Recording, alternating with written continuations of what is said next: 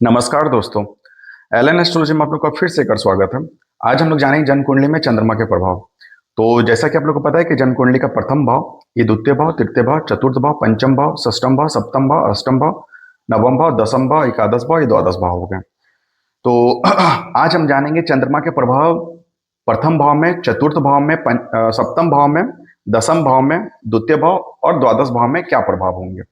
तो जैसा कि आप लोग को पता है कि जन्म कुंडली का ये प्रथम भाव है और प्रथम भाव हमारा लग्न कहलाता है। और लग्न जो होता है सबसे शुभ घर होता है, क्योंकि यह केंद्र और त्रिकोण का कॉमन घर होता है।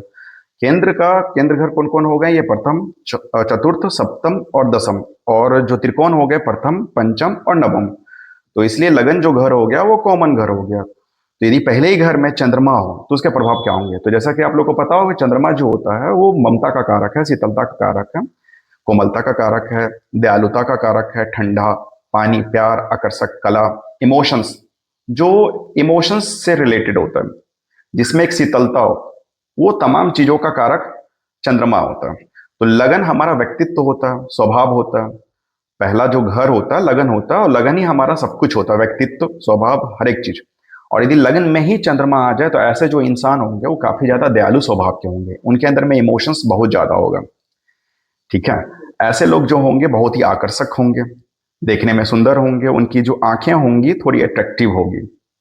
और स्त्रियां, चूंकि चंद्रमा आकर्षक का कारक है, तो जिसके चलते स्त्रियां थोड़ी इनसे अट्रैक्ट होती हैं। और चंद्रमा कला का कारक है, तो ऐसे लोगों के पास कला वाले चीजों में इंटरेस्ट रहता है, जैसे संगीत हो गया, गायन, है ना, डांस हो गया, एक्टिंग हो गया, ये सब चीजों में, फोटोग्राफी हो गया, ड्राइंग हो गया, ये सब चीजों में उनका इंटरेस्ट रहता है यदि प्रथम भाव में चंद्रमा हो तो। उसी तरीके से द्वितीय भाव किस चीज का है? द्वितीय भाव हमारा धन का है, कुटुंब का, परिवार का, धन का। यदि द्वितीय भाव में चंद्रमा हो तो काल पुरुष के हिसाब से दूसरा घर वृषभ राशि होती है, वृषभ राशि में चंद्रमा उच्च का माना जाता है। तो ऐसे जो लोग होते हैं, उनके जो अपना जो परिवार होता है, खानदान होता है, वो काफी बड़े होते हैं। ऐसे लोगों को अच्छा खाना पीना बहुत पसंद होता है, क्योंकि चंद्रमा अच्छा को दिखाता है, अट्रैक्शन को दिखाता है, सुंदर को दिखाता है। तो ऐसे लोगों को अच्छा खाना, अच्छा पीना पसंद होता है। इनके जो खाने हैबिट्स होते हैं थोड़े अप एंड डाउन रहता है उन खाने वाले हैबिट्स में।